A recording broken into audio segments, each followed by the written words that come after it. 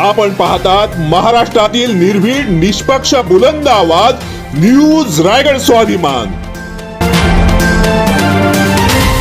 बळीराजा शेतकरी सामाजिक संस्था तिसरे वर्धापन दिन संपन्न। गेली 2 वर्षे जगावर कोरोना सारख्या महाभयंकर रोगाने थैमान घातलेले असताना बळीराजा शेतकरी संस्थेचे कार्य न थांबता चालू होते। महाराष्ट्रात विशेषतः रायगड जिल्ह्यातील नैसर्गिक आपत्तीच्या वेळी शेतकऱ्यांना मदत कार्य करणारी बळीराजा संस्थेचे कार्य उल्लेखनीय आहे।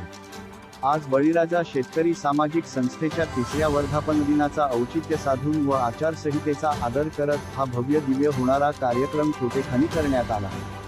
सर्वप्रथम मान्यवरांचे स्वागत करण्यात आले, तदनंतर प्रतिमेचे पूजन व दीपप्रज्वलन करून मान्यवरांचे हस्ते नारळ वाढवण्यात आले। या कार्यक्रमाला नामांकित व उल्लेखनीय कामगिरी केलेल्या अधिकारी वर्ग, शेतकरी तसेच सामाजिक कार्यकर्ते यांना विशेष आमंत्रित केले होते। यावेळी रोहा तालुक्यातील प्रभारी कृषी अधिकारी यांना तालुका कृषी अधिकारी म्हणून पदबढोतरी मिळाल्याने तर सामाजिक कार्यकर्त्या सौ वर्षा जांभेकर तसेच बळीराजा शेतकरी संघटक केशव खरिवले या तिन्ही सत्कारमूर्तीचे या कार्यक्रमाचे औचित्य साधून शाल श्रीफळ व पुष्पगुच्छ देऊन सन्मानित करण्यात आले। यावेळी संस्थेचे संस्थापक अध्यक्ष संजयराव पाशिलकर, उपाध्यक्ष शिवाजी मुटके, खजिनदार दगडू बामुगडे, रघुनाथ कडू, केशव खरिवले, वर्षा जांभेकर, भारत बामुगडे उपस्थित होते। तसेच दिनेश शेठ मोरे, अनिल लाट, भाऊ कोकळे, किरण मोरे, खेळमाळी, अविनाश कान्हेकर, मनोहर एसपाटील, नामदेव धोत्रे, तुकाराम खांडेकर, प्रकाश मोरे हे कार्यक्रमाला उपस्थित होते। यावेळी उपस्थित संस्थेच्या पदाधिकारी, सत्कारमूर्ती व प्रमुख पाहुण्यांनी कार्यक्रमाबद्दल दिलेली मनोगत ते असे। पूर्ण महाराष्ट्रातल्या लोकांवरती केसेस झाल्या, पण आमच्यावर रायगडवर केस झाली नाही, कारण इथल्या अधिकाऱ्यांनी सांगितलं, तिथल्या अधिकाऱ्यांनी सांगितलं यांना आम्ही अटक कायद्याने अटक केलेलं नाही, कारण आम्ही त्यांच्या गाड्यांमध्येच बसलो नाही, आम्ही आमच्या पाळ्याने चालतच त्यांच्या प्रश्न, तेव्हा आम्ही त्यांच्या केसीमध्ये बसत नाही।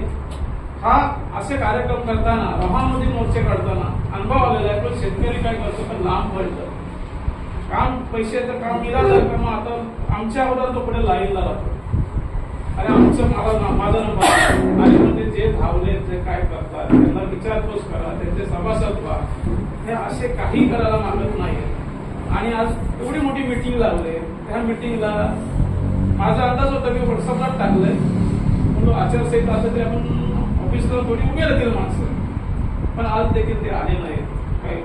त्यांना म्हणजे काम झालं का मग पुढे नंबर लावायला पुढे जायचं, बस मला काय जास्त सांगायचं मध्ये संपल्यानंतर आपल्याला तार कंपाऊंडसाठी योजना घेण्याचा आम्ही प्रस्ताव केलेला आहे। योजना सुद्धा आपल्यासाठी यावर्षी अस्तित्वात येऊ शकते, त्यामुळे जास्तीत जास्त शेतकऱ्यांना आपल्या माध्यमातून अर्ज करण्यासाठी विनंती करा। तसेच ताडपत्री असो, पाण्याचे पंप असो, डिझेलचे असो, इलेक्ट्रिक असो, तसेच गवत कापणीचं मशीन सुद्धा आपल्याला हे सर्व अवजार साहेब 75% अनुदानातून आपण शेतकऱ्यांना देतोय, वितरित करतो। याच्यामध्ये एक शेतकऱ्यांना यापूर्वी आपल्याकडे गोडावला साहित्य यायचं, पण आता आपण शेतकऱ्यांना त्याच्यामध्ये एक मोबाईल, शेतकरी त्याच्या पसंतीनं कोठून सुद्धा जेम पोर्टल असेल किंवा ऑनलाईन सुद्धा शेतकरी त्याच्या आवडीनं ते साहित्य खरेदी करू शकतो आणि त्याला आपण ते 75% अनुदान देतो। या व्यतिरिक्त बायोगॅसची एक योजना आहे आपल्या तालुक्यामध्ये, ज्या शेतकऱ्यांच्याकडे गुरं आहे त्यांच्यासाठी आपण 42,000चं बायोगॅसचं युनिट आहे साहेब, आणि त्यामध्ये सुद्धा आपला रोहा तालुका रायगड जिल्ह्यामध्ये सगळ्यात जास्त अनुदान देणारा आपला तालुका आहे। 35,000 रुपये आपण त्याला अनुदान देतो बायोगॅससाठी, म्हणजे शेतकऱ्याला ते युनिट फक्त 7,000 रुपयामध्ये पडते। तर आपल्या माध्यमातून माझी शेतकऱ्यांना जास्तीत जास्त विनंती आहे की बाबा ज्यांच्याकडे गुरं आहेत, 4 जरी गुरं असतील तर आपण बायोगॅसचं युनिट त्यांना देऊया, जेणेकरून त्याचा जो खर्च आहे गॅसवर होणार, आज फक्त दिवसेदिवस खर्च गॅसचे आपण बघतोय 1000 रुपये पार करतो गॅस, त्यामुळे शेतकऱ्यांना जर बायोगॅस बसवला तर त्याच्या खर्चात बचत नक्कीच होण्यास मदत होईल। तसेच आपले खरवले त्यांच्या आम्ही घरी यावर्षी बायोगॅस बसवलं, त्यावेळी त्यांच्याकडे आम्ही भेट दिली, त्यांच्याकडे पाहिलं की कृषी विभागाच्या माध्यमातून त्यांना आपण भात कापणी यंत्र, भात लावणी यंत्र, म्हणजे आधुनिक शेतीकडे शेतकऱ्यांचा जास्तीत जास्त रोहा तालुक्यात साहेब आले त्यांच्याकडे मी जे अर्ज केली 9 अर्ज, ते 9 अर्ज आज जिल्हा परिषदेला मंजूर झालेले आहेत। कृषी खात्याकडून जे 12 लोकांना मी 800 झाडं दिलेली आहे, त्यांना सुद्धा पेमेंट या महिन्यात होणार आहे। जर PM किसान योजनेचा जर PM जो तयार होतो, म्हणजे 60 वय असले की त्या माणसाला 60 वर्षाच्या नंतर 3000 पेन्शन महिन्याला भेटली जाते। तो माणूस 18 ते 40 वय वाटत असेल सातबारा त्याचं नाव असेल त्याचा तो त्या योजनेचं सरकारी 60 रुपये आणि त्या माझा 60 रुपये त्या बँकेतून खात्यातून कट होऊन वयाच्या 60 वर्षानंतर त्याला 30,000 त्याची कट होऊन 60 वर्षानंतर त्याला महिन्याला 3,000 रुपये येऊन वर्षाला त्याला 30,000 रुपये जमा होतील असे हे क्रेडिट कार्ड नियमचे जवळजवळ आज 100 फॉर्म भरलेले आहेत.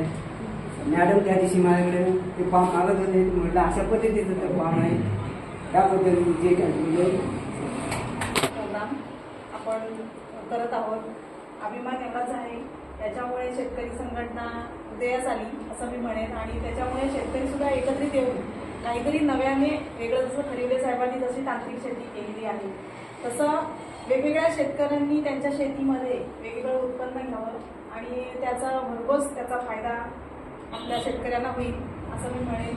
जसं आता साहेबांनी सांगितलं की वेगवेगळ्या योजना ताडपत्री असेल किंवा इतर मशिनरी वगैरे जशा व्याज सबसिडीच्या माध्यमातून जसे शेतकऱ्यांना मिळतात ते शेतकऱ्यांपर्यंत कसं पोहोचेल किंवा एखादी महिला शेतकरी असेल तिला आपल्यापासून कसा याच्या संदर्भात माहिती देता येईल आणि तिला आपल्या बळीराजा संघटनेकडून कसा सपोर्ट मिळेल याच्याकडे आपण नक्कीच लक्ष देऊया.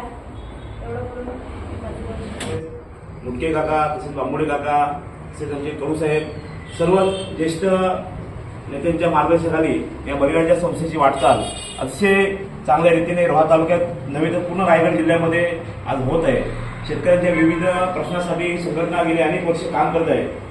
एक 5-6 वर्षापूर्वी रघुनाथदादा पाटील आपल्या कोलाडच्या नाक्यावर आलेले आणि तेव्हा पाशवे साहेब असलेले जगताप साहेबांच्या सहकार्याने एक मोठी सभा कोलाडच्या नाक्यावर त्यांनी घेतली होती.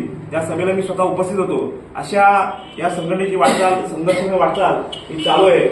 या रोहा तालुक्याच्या असून त्या रायगड जिल्ह्यामध्ये विविध प्रकल्प येत आहेत आणि त्या प्रकल्पामध्ये शेतकऱ्यांच्या जमिनी असतील किंवा रस्त्यामध्ये ज्यांच्या जमिनी आहेत त्यांच्या त्या शेतकऱ्यांना मोबदला भेटण्यासाठी ही संघटना गेली अनेक वर्ष कार्यरत आहे.